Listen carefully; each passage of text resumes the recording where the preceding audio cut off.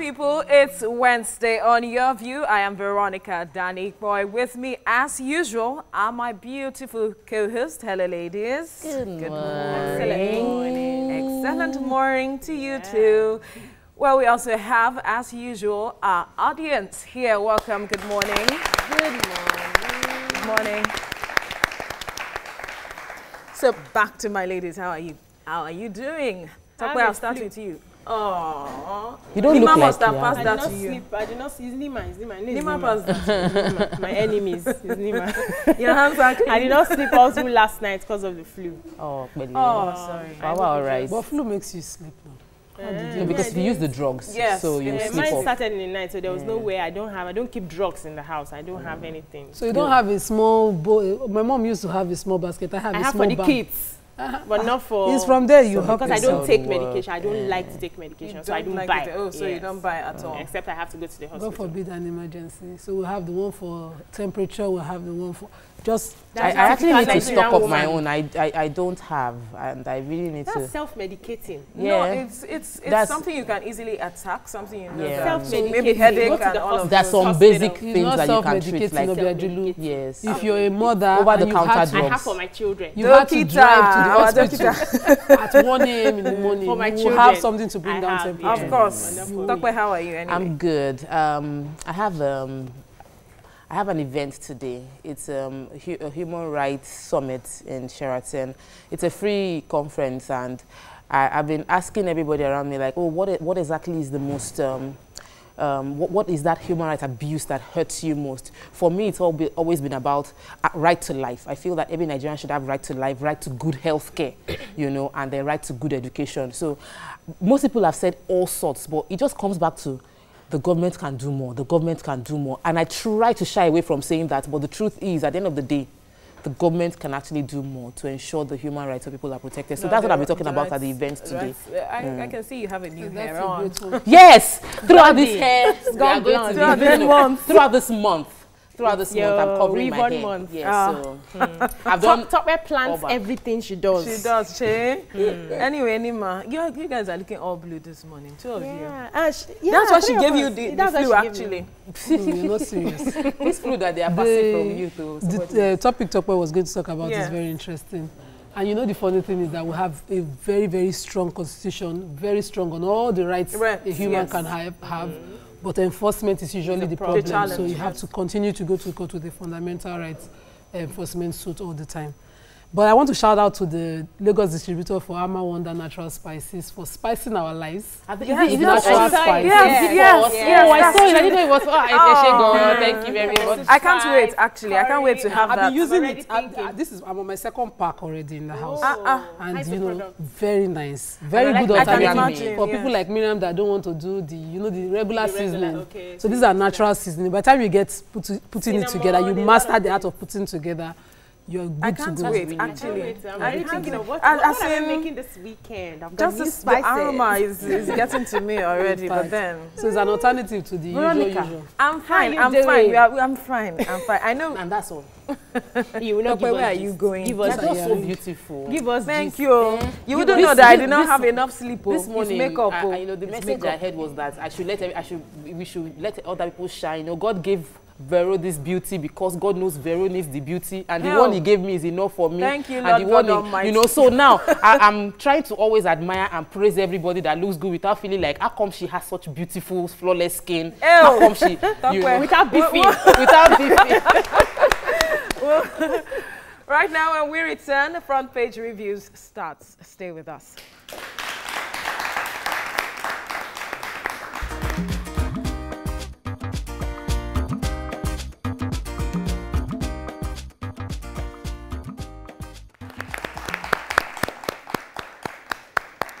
All right, now let's go to the newspapers, and we are starting with the Punch. Major headline: Onoge in fresh application says CCT chairman's integrity in doubt. EFCC boss writes Buhari on suspended CJN. And we have pictures splashed here of commuters lamenting as falling containers cause gridlock in Lagos-Ibadan Expressway. I was one of those who were trapped in this gridlock yesterday. Well, Ganduje orders shut shutdown of Kanu Stadium as ahead of Atiku's rally. Corruption should not be trivialized for political advantage, Shoyinka. Atiku's victory unstoppable with regional leaders' endorsement, Saraki.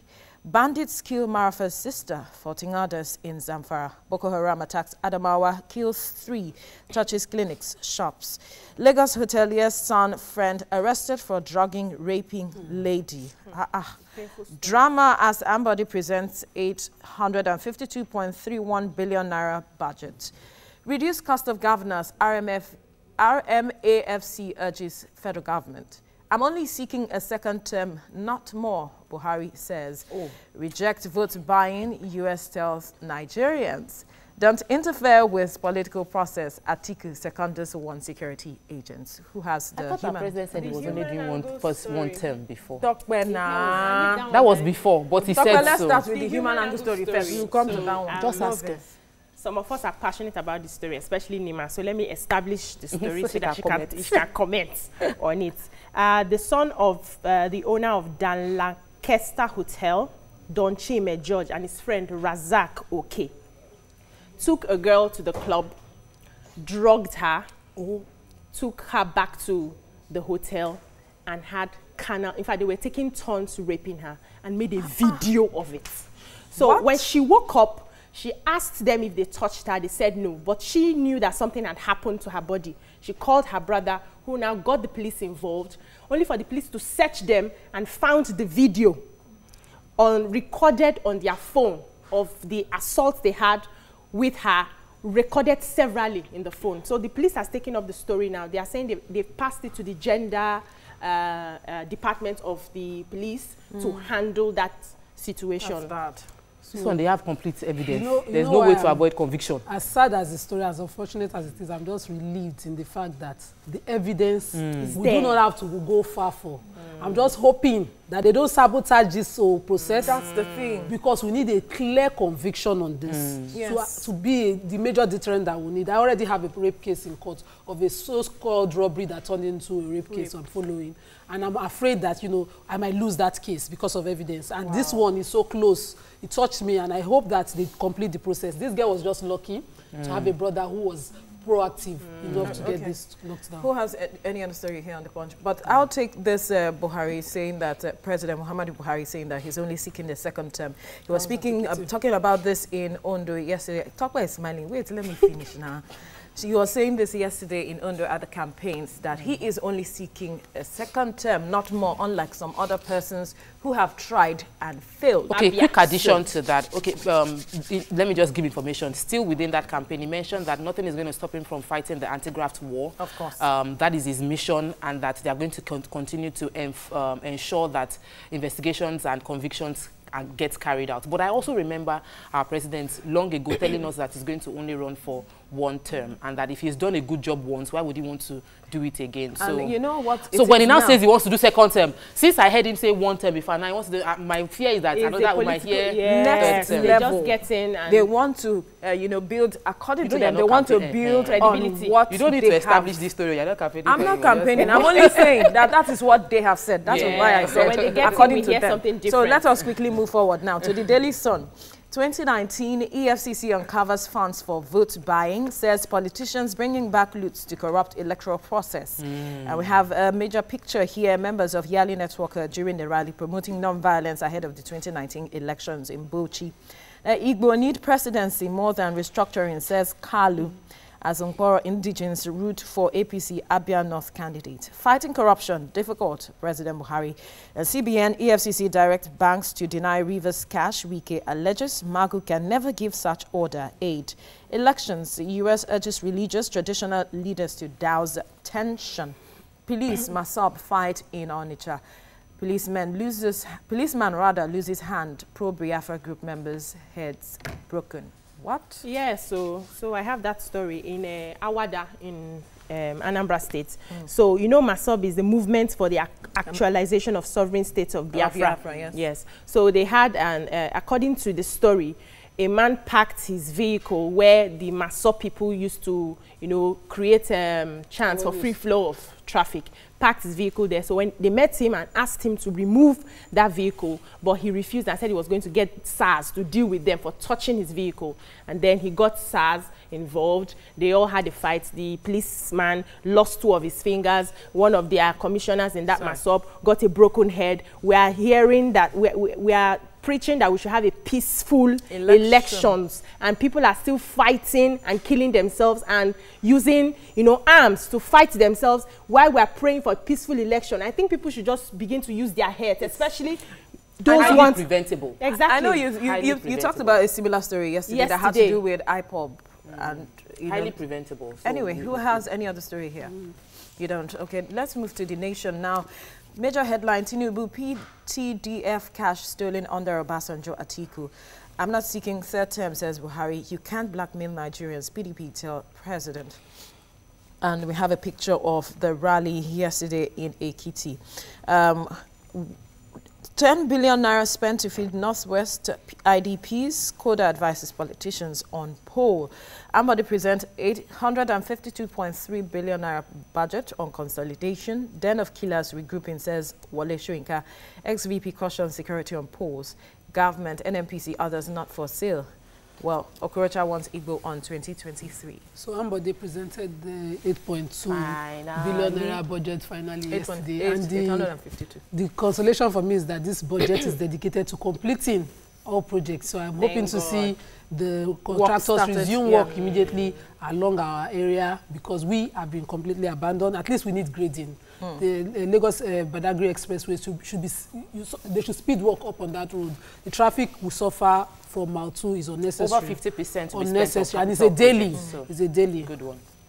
All right, let's go to the Nigerian Tribune. Major headline: Why I can't appear before CCT chairman on Noge. Atiku's victory unstoppable. Saraki. I will never be discouraged in reading Nigeria of graft. Buhari. PDP suspends campaign as bandits kill Senator Marafa's sister, 14 others in Zamfara. Ambody present 852.3 billion naira budget, 2019 budget to Lagos Assembly. INEC security agencies should ensure level playing field. U.S. ambassador. Let's quickly go. Really quickly, there are 2 major stories. So the CCT trial that is supposed to continue.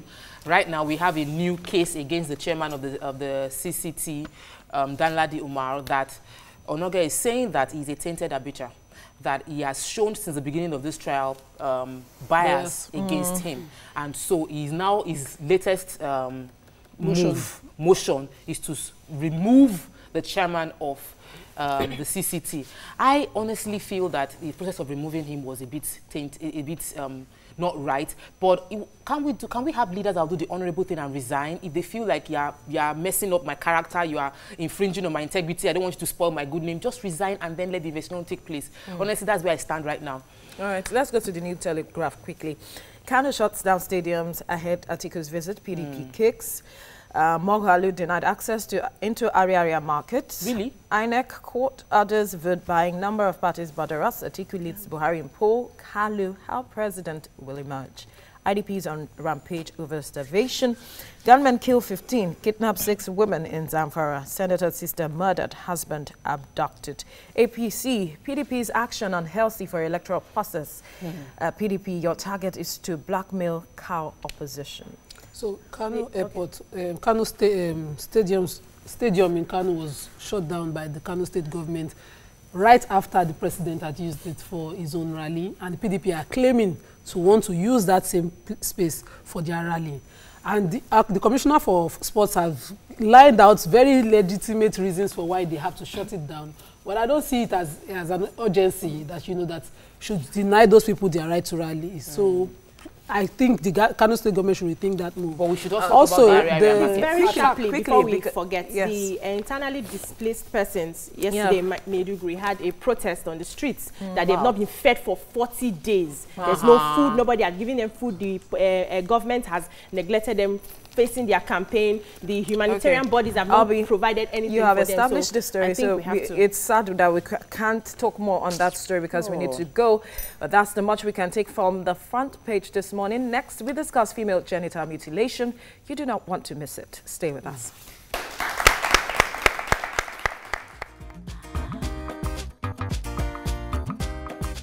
Stay tuned.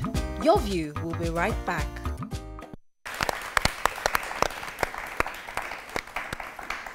Thank you for staying with us. Today is the International Day of Zero Tolerance for Female Genital Mutilation, FGM. As we know, this procedure involves altering or injuring the female genitalia for non-medical reasons and is recognized internationally as a violation of the human rights of girls and women. Joining us on the show to shed more light is the lady in the circle, International Ayo Bello. Thank you for coming. Thank you. You're welcome. You can join the conversation on 0708066814. Twitter us at TVC Connect with the hashtag YourViewTVC. You are representing several international organizations and has been advocating about this for about 4 years now. How has it been trying to convince people that this thing is not ideal, is a violation of a girl's child right to her body, seeing that it is more traditional, is a more traditional practice? Okay, female genital mutilation is a practice highly rooted in culture in Nigeria.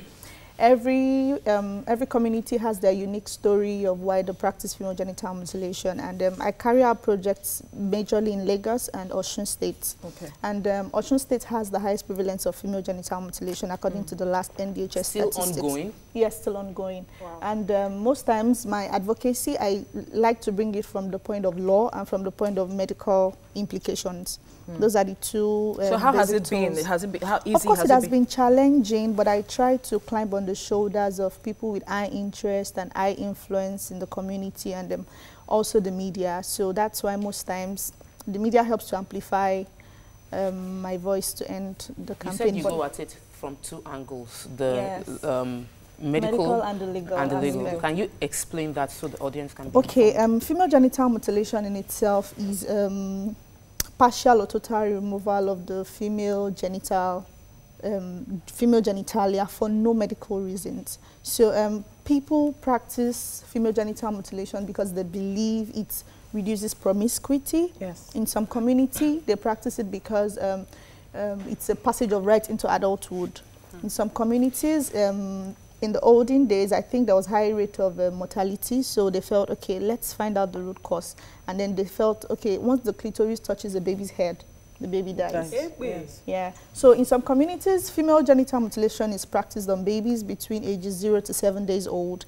In some communities, it's when you're getting into puberty. 15. In some communities, it's when you're planning to get married. Yeah. In some communities, it's when you're 7 months pregnant. Exactly. So, yeah, so we have cases of traditional birth attendants who says, God forbid, they can never bring out a baby from a woman that is not circumcised because it's going to affect their work. So what's the medical implication? You haven't? Yes, there's the short term and then there's the long term effect. The long term has to do with it's either biological or psychological. It causes excessive bleeding, that's hemorrhage. It causes painful urination. You know, it causes local infection and all of that. And then the trauma, the pain and all. I mean, someone pinning you down and trying to cut a part of you for no medical reasons that is not even reversible. I come from an area where this is most likely still prevalent. Okay.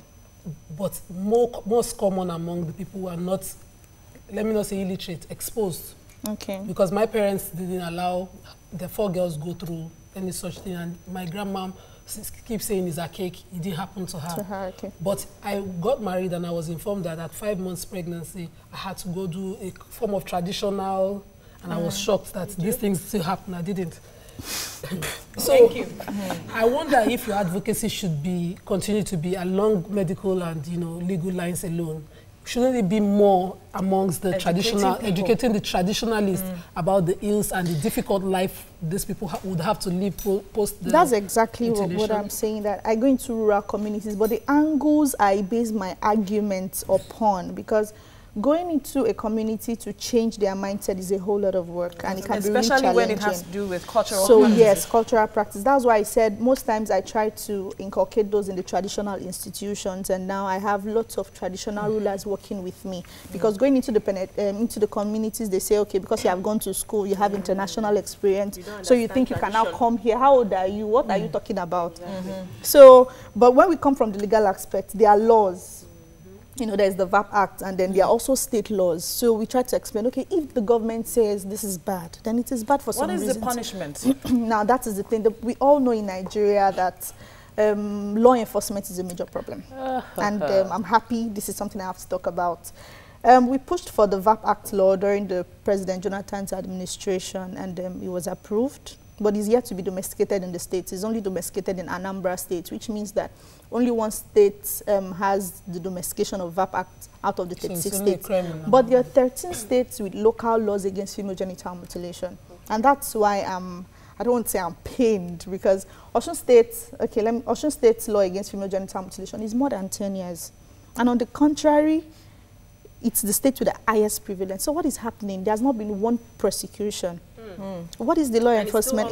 It is still ongoing. Though I heard there was a prosecution in Imo, but we could not follow up because we didn't know. You know, you just hear of issues and then. So could there be the willingness on the part of the victims to help prosecute? Who's going to from the circumcisers angle, we had a meeting with more than 250 circumcisers last year, and then they agreed to drop their knife. They said they were not going to cut again. But they said people were mounting pressure on them, that they wanted to cut their child. And it's not even about education like we were saying. I have a friend who studied in the UK and said she's getting married and she's coming back to Delta to get herself cut. Like, she's willingly booking a flight ticket to come home. All right, Obi, you wanted to ask? Yes, so I was even more pained when I realized that, you know, it was as if they were taking it away from the traditional practitioners of circumcision and now medicalization. We now know that even the medical doctors and nurses perform this act. Normally, they are supposed to, you know, protect the lives in their hands. So is there like a form of, would I say, punishment now for those people who are expected to know that this is wrong medically? Anyone who perpetrates female genital mutilation is liable to 2 years imprisonment and or 400,000 naira fine. But it is written in paper. I've not seen one person being prosecuted. So now please, let's quickly ask the audience, anyone with an experience to share or a story to tell. Anyone? So I wanted to quickly... There's someone here. She's raising her hand. Well, to me, it has never been a taboo. The years that people like us, we saw it as a natural thing. Like Switch on your mic, please. It's not on. Like she said, all right. If you are not mutilated, you are prone to be promiscuous. So I was made to believe. And so I grew up with that mentality. And I saw it that actually female of them, when they were mutilated, they behave. Really? Yes. Yes. So did you go through, did you have the experience? I did it too. And that's why she's I had it. And you need to, I can't compare what we're passing through, what we passed through then to now. Whether mutilation or not, what you want to do, you will do. Of course. So that is it. I think I have. But that was what I grew up. Okay, you want to react to that? Yes, what I have to say is this, and promiscuity is a thing of the heart. Whether you cut it or not, whatever wants to happen will happen. And then talking about moral decadence as at those time and now, you can't compare the level of exposure we have now to then. Now people have access, ladies are shooting their shots. So it's not because they were circumcised or not circumcised. So I think that's just the myth. Bolder. Yeah. Hang on, please. Talkback has been waiting so you had a meeting with 250, because I remember the case of those that the traditionalists that were into tribal marks, that they didn't have another source of income. It was bred down the family line. My grandfather, my great-grandfather, this is what we do. When you now tell these 250 people to stop mutilating the girl child, what form of transition have you made for them to get something else that will provide them sort of income? Now that's a question the government will answer, because when we met with them, they said, what do we have to offer them?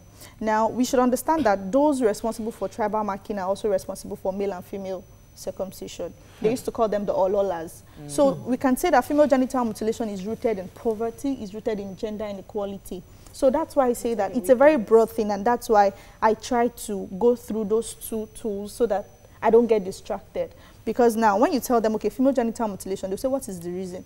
You explain, they'll say, okay, maybe because the traditional people are not using sterilized objects. Let me go to the hospital. You go to the hospital, they'll say they don't do it here.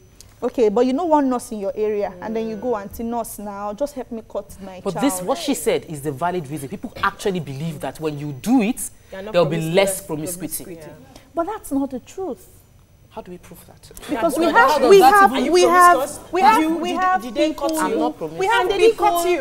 people who have been caught that are promiscuous. How about the aspect of their children dying, not of their child? None of that, and that's why we're saying okay, that one is true. I have two sisters. I have two sisters who were from my Ekiti side who were, you know, circumcised, and I know what they went through.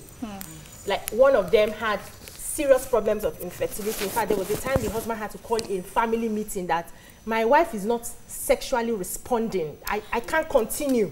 You know, so it traces back to that cutting and circumcision. So is there like hope for people who have been in that space and they are finding it difficult to continue or, you know, just have a normal life? Is there hope for them? Okay, the thing is this, my organization, we try to run support system for victims alongside trying to create awareness because prevention is actually better than cure. For those who have been caught, I think it's no big deal. It's just for them to understand the angle. Is it psychological? Is it medical? We know that the clitoris cannot get back. It is not reversible. But I know that people are actually doing some kind of surgeries because there's type 1. Type 1 is the partial removal of the clitoris. Type 2 is like total. Then type 3 is infibulation where they stitch it and then when you want to get married, they cut it open. So that is the one that comes up with keloids and other serious medical conditions. Why type 4 is unclassified. In fact, there's this one they do for new babies now. You know, while dating them and turning them to straighten their bones, they massage the clitoris to deaden the nerves. In fact, I think there are some people that actually remove the veins that secrete wetness. Sadly, we can't continue. Yes, so most women are just as dry. You know, they're finished. See, we can continue this conversation for as long as we can, but I'm afraid we have to end it here. But thank you so much for educating us. Thank you. We can only hope that you get more support from the government especially. And then we hope that the government would be able to enforce the law. We hope that the law enforcement will support us. We hope that the traditional institutions will work with NGOs. We hope that international donors will keep funding us to carry out projects. Of course. Thank you. Thank you so much.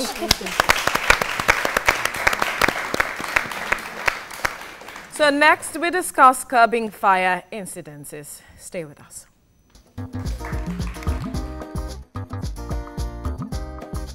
Stay tuned. Your View will be right back.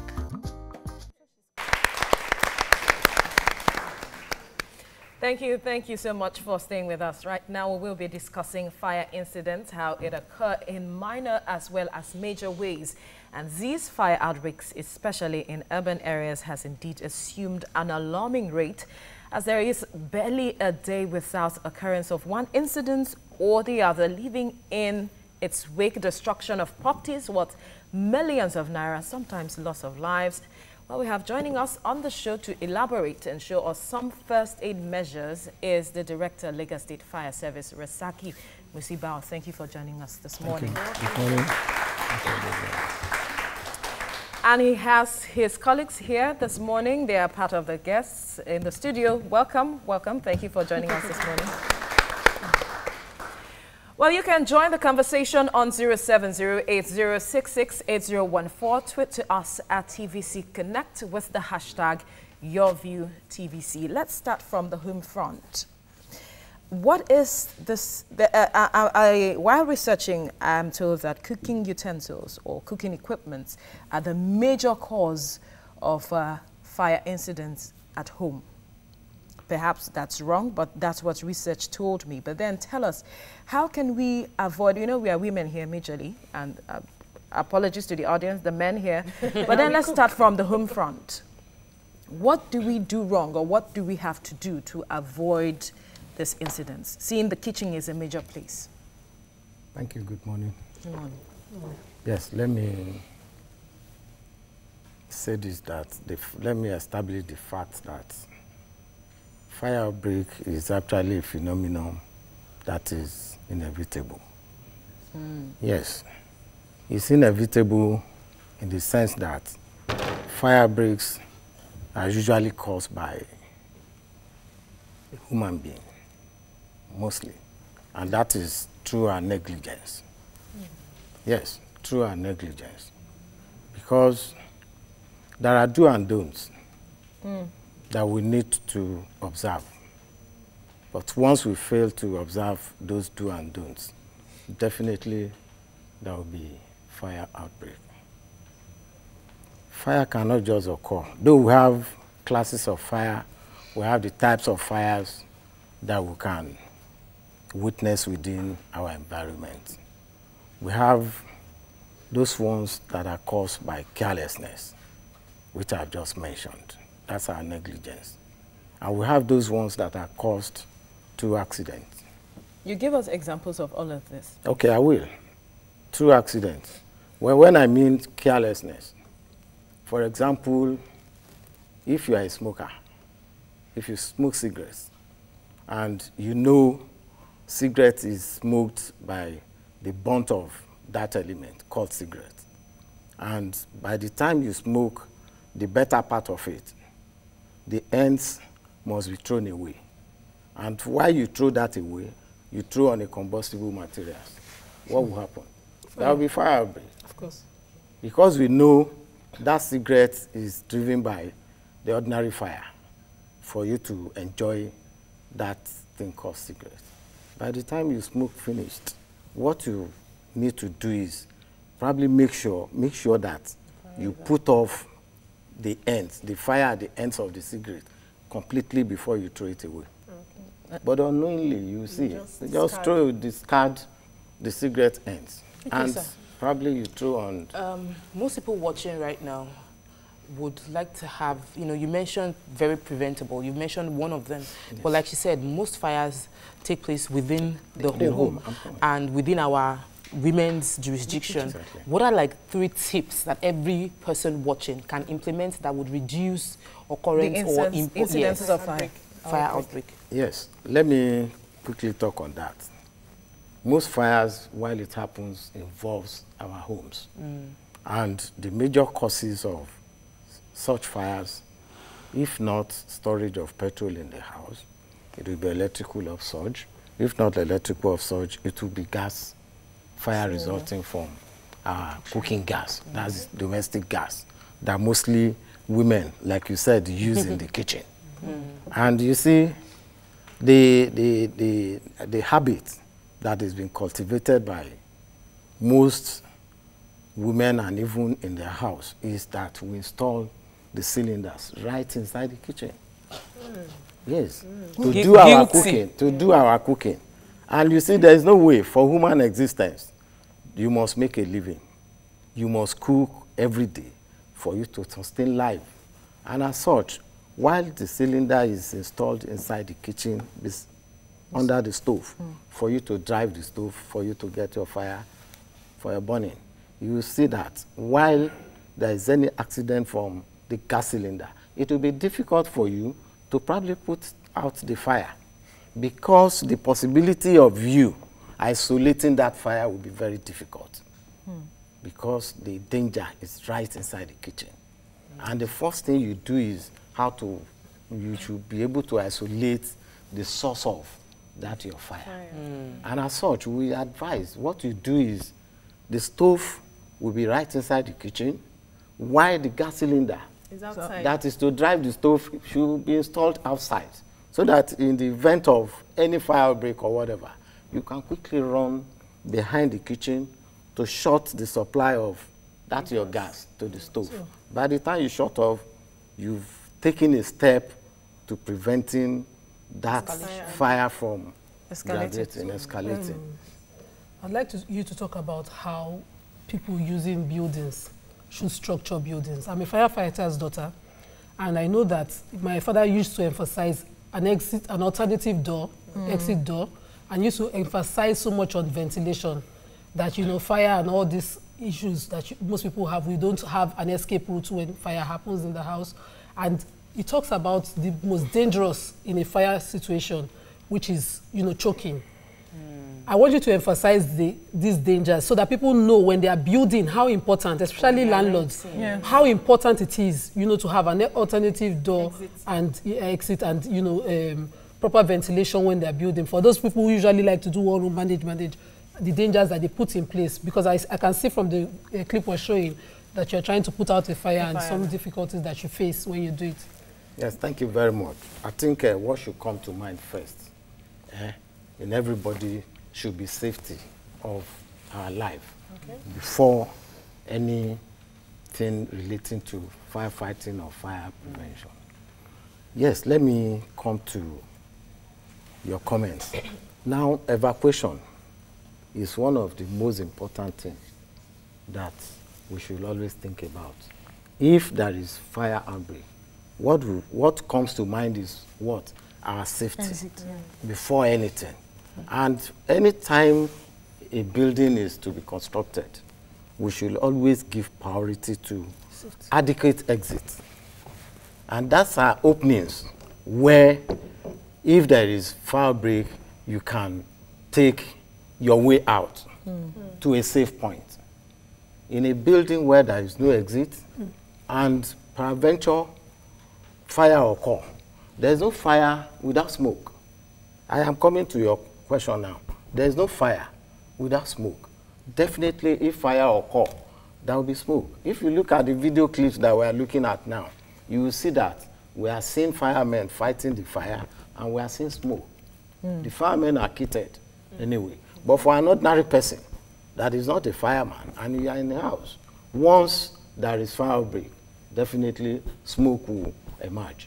And if there is no exit or the house is not well ventilated, when we talk about ventilation now, we're talking about the windows, the doors where smoke can escape from the fire that is burning. And that is why you see in most cases when there is fire outbreak, where there is no adequate exit for somebody to probably take loss of life. To probably get out of the building. You see that person will be trapped by that smoke. Yes. Sir, how do we prepare ourselves in case of this fire outbreak in our homes? Because I remembered when we were constructing our building, and my engineer insisted that we have this hole on the ground called thunder arrestor, because you know natural fire too can cause, we have natural disasters. Exactly. So, but I was arguing with him, close that place. I don't want my kids playing and getting injured. And he insisted that we must have that hole in the ground to prevent thunder. So when thunder strikes, it doesn't strike the house directly, it goes straight to the earth. The earth has a way of pulling that thunder. So how do we protect ourselves? Like when I go to offices, I also see them, they have fire alarms, they have smoke detectors, but we don't have as such in our personal home. So how do we protect ourselves in case, because anything can happen? Thank you. I don't think there is any law that exempts anybody from having a fire extinguisher in the house. Yes.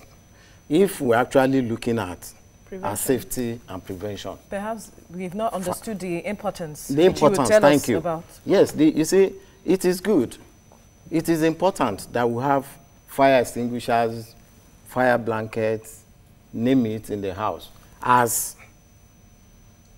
initial firefighting equipment. Because those equipment that we are mentioning, they are for initial firefighting operations. Where your fire just starts, you pick up the fire extinguisher, discharge appropriately, and you put up the fire to save millions of naira. All right. We'll continue this discussion because we need to quickly take a break. When we return, we'll talk more on this topic. Stay with us.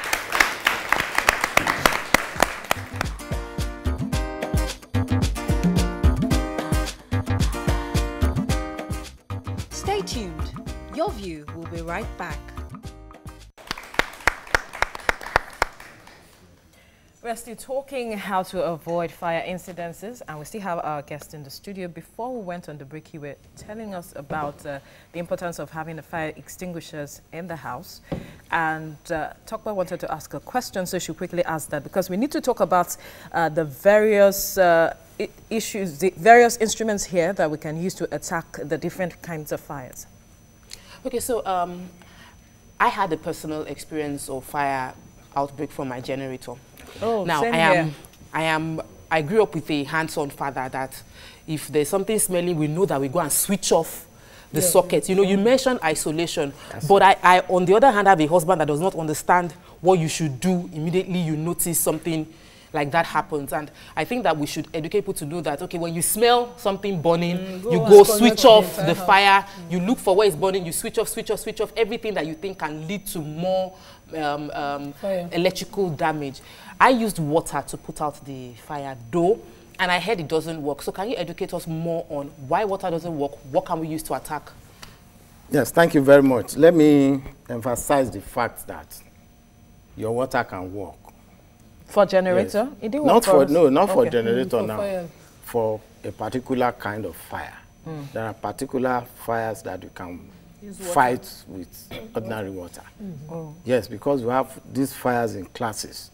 About 4 classes of fires. Please break it down. We have class A fire, which involves the ordinary burning materials. Free burning materials like paper, cloth, wood, name it. Once they burn, they become ashes. And you see, immediately such fire happens, the first thing you should do that should come to your mind is not the firefighting first. Please. Safety. Think of your safety first.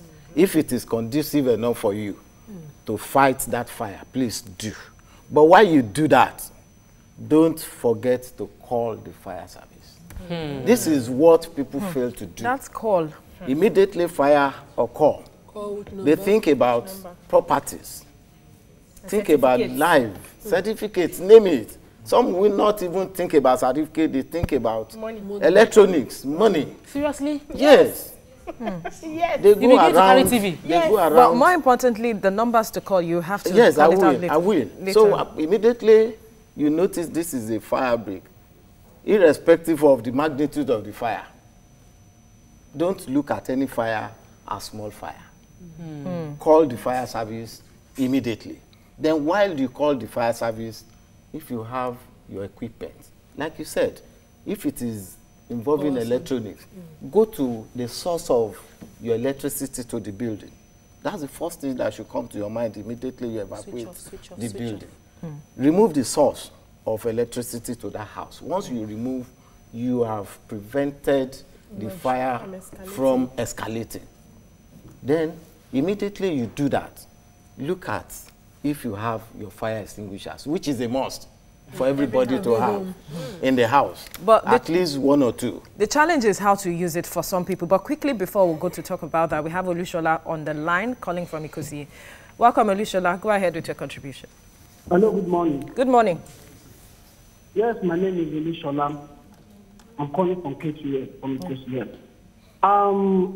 I think government should enforce people to have fire extinguishers in their houses. I think there should be a regulatory body looking into this issue, because we have it everywhere now. If you go to this place, there's fire here, there's fire everywhere. There should, if you want to build your house now, it should be a compulsory thing to have fire extinguisher in your houses, and the houses that do not have it should be compared by the government or the regulatory body looking into this matter. All right. Thank you, Olushola. Thank you. We are running out of time, so we need you to really exhaust this. How to use the number to call, and then how to use an extinguisher at home. Like I was saying, once you're able to do that, you have the fire extinguisher, go to the point where the fire extinguisher is on. Then you use. That's for Class A fire. For Class B, we have oil materials. And that is some of those things that we use in the house. You're cooking, you fry. Petrol, you drive your generator with petrol. Then the other class is the gaseous fire. That is where we have our cooking gas in the house that we use to do our cooking. Then the last one is metal, which we find very, very much present in the house. So those are the classes of fire. Now for these classes of fire, we have 4 classes of fire extinguishers. We have for class A, which is the free burning materials, the water CO2, which contains, the cylinder contains just ordinary water driven by a cartridge or pressurized in that cylinder for you to quickly put off the fire. That is after you must have isolated electricity from the house. Otherwise, that could be electrocution. Yeah. So that once you notice this is a paper, cloth, and whatever burning, pick your fire extinguisher water. I hear when it's AC, they just cover with the blankets. You could soak your blankets in water and cover it. Quickly. All right. Yes. All right. So the next, how to use the extinguisher. Yes. And the blanket. The third one is the CO2, which is meant for the gaseous fire. Then the dry chemical powder, which is meant for the class 4 fire, which is metal. Now the usage. The fire extinguisher is so designed that you can carry around.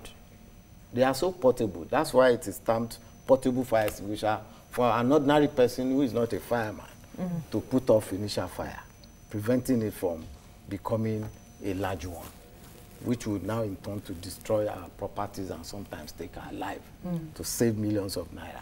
Then the fire extinguisher, there is a pin on it. You can see it. There is a pin that is incorporated on the head for you to prevent you from just ordinary discharging the content when not needed. What you do is just go there, pick with the handle, remove the safety pin. Once you remove the safety pin, you press the trigger together for the content to come out. Once you see the content coming out, target the base of the fire that is burning. The base. The base of the fire that is burning. Okay. That is for class A, water CO2, for class C, which is gaseous fire, for class B, dry powder. Then for the dry powder, there are techniques of using it. You just sweep the fire because it's powder. Like this, I mean? Yes, you just sweep so that you can capture the fire. Sadly, Mr. We have run out of time. We cannot take anything anymore. The number, you see, quickly call. It is simple. You don't need to think of all the GSM numbers in the world. The government of Lagos has so designed a very small number, three digits number. Okay.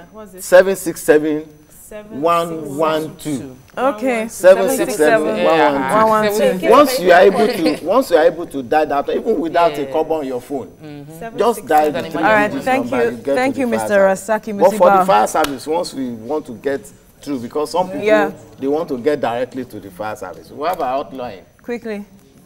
MTN line 080 33 23 5891.